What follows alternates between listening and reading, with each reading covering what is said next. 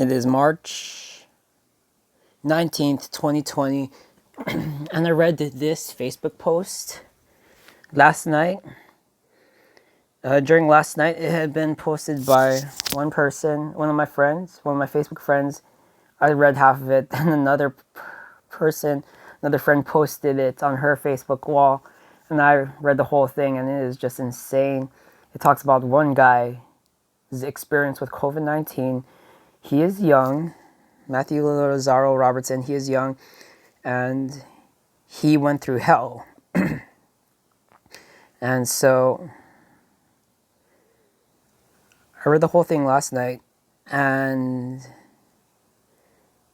the craziest thing I remember is like he's in the hospital for 3 weeks, and he felt, and there was one part where he had two choices: either be intubated, I don't know what that means exactly,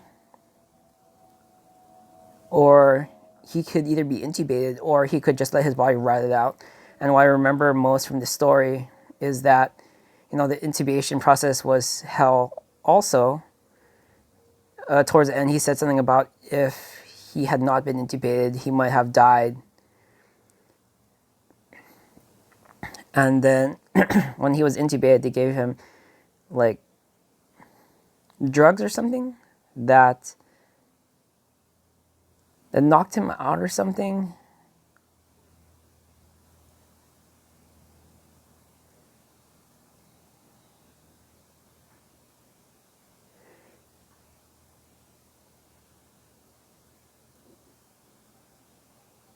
And then this guy is in Seattle too. He started to feel a few cold-like symptoms. February 21st.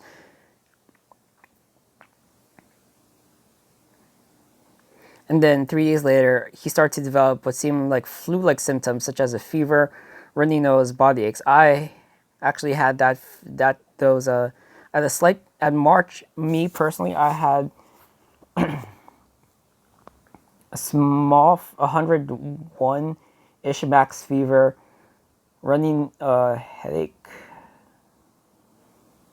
and a sore throat around like March 2. Back to this guy's post. Next day, I decided to visit my doctor at the Kaiser Permanente Clinic. And was checked out. Over the next 4 or 5 days, things seemed to remain the same, but starting March 1st, he started to develop bad chest pains and coughing, as if my chest and stomach were being squeezed at the same time. So that's from February 24th to March 1st. That's about a week. From basic symptoms to chest symptoms. Bad chest pains and coughing, as if my chest and stomach were being squeezed at the same time. Symptoms lined up to pneumonia. Nurses were donning protective.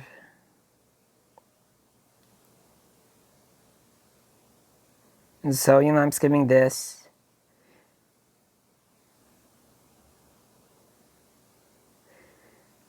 And then he had tested for coronavirus. And then that's when they gave him two options.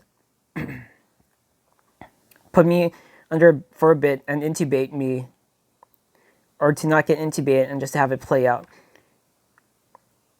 Highly suggested going with intubation if you want to speed recovery. They had brought a breathing machine that would put me under, and a few minutes later I was knocked out. He had hallucinations. That's crazy. Hooked up to multiple wires and injections via IV tubes. He would hallucinate again. Another interesting point was that while I had initially thought that I was under for maybe a few hours or maybe a day, I was actually knocked out for 5 to 6 days in total. Holy shit.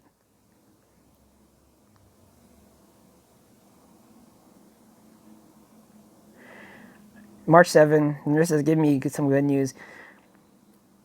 I would most likely be having my tube removed. So it's from February 24th to March 7. That's crazy. This whole ordeal.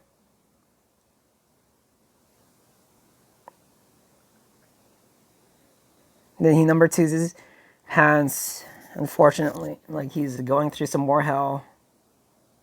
He's not completely out of the woods yet. He's answering calls.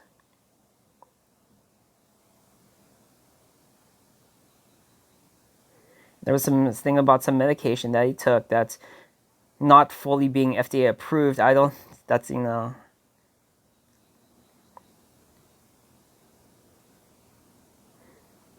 scamming. Now it is March. Now he talks about it being March 12th. But then I remember he was talking about he having to pass kidney stones.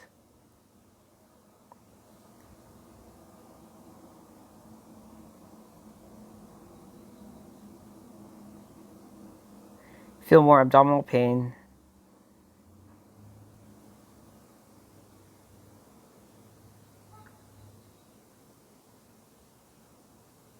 And he gets discharged.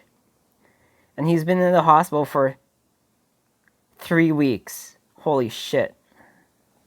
He lost 20 pounds.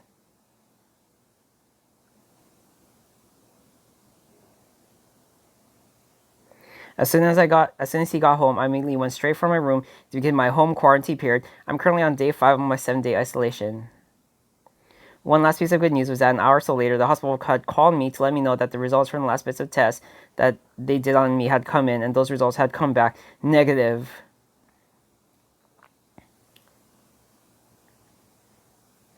It's been through hell and back. Fortunately, the doctors were unable to pinpoint exactly where or when he could have come into contact with the virus.